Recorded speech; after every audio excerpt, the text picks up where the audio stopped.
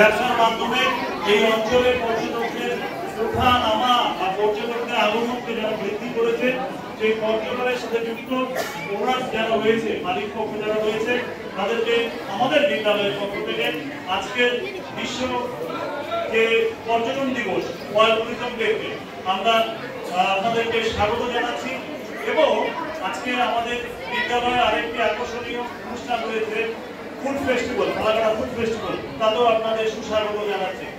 বস্তুতপক্ষে ফালাকাটা প্রাথমিক উচ্চ বিদ্যালয় স্থাপিত হয়েছিল 2000 সালে। এবছর আমাদের স্মরণীয় গর্বের বর্ষ যেটা চলছে সেটা সিলভার জুবলি ইয়ার। তাতে আমরা বিভিন্ন আঙ্গিকের অনুষ্ঠান করছি।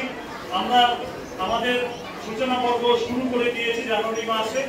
তো তারই একটা অঙ্গ হিসেবে আজকে আমরা বিশ্ব পরিবেশ দিবসের বিশ্ব পর্যটন দিবসের পাশাপাশি আমরা এই ফুড ফেস্টিভ্যালের আয়োজন করেছি।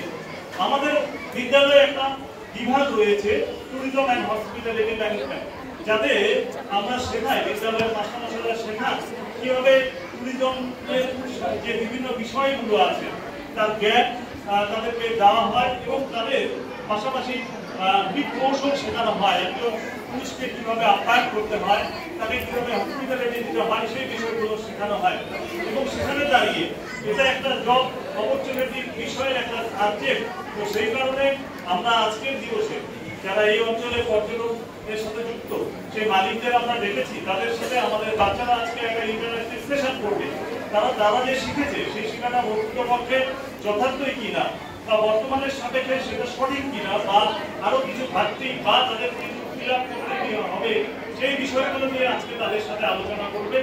এবং আমার যে মনে হয় এবং সেই আলোচনার মধ্যে যে আমরা একটা ভালো অবস্থানে যাবো, যাতে করে আমাদের এই ছাত্ররা আগামী দিনে এদের যে বিভিন্ন প্রপার্টিস গুলোতে আছে সেখানে চাকরির সুযোগ আসবে। তো সেই কারণে সমস্ত বিষয়কে সামনে রেখে আমরা এই আয়োজন করেছি।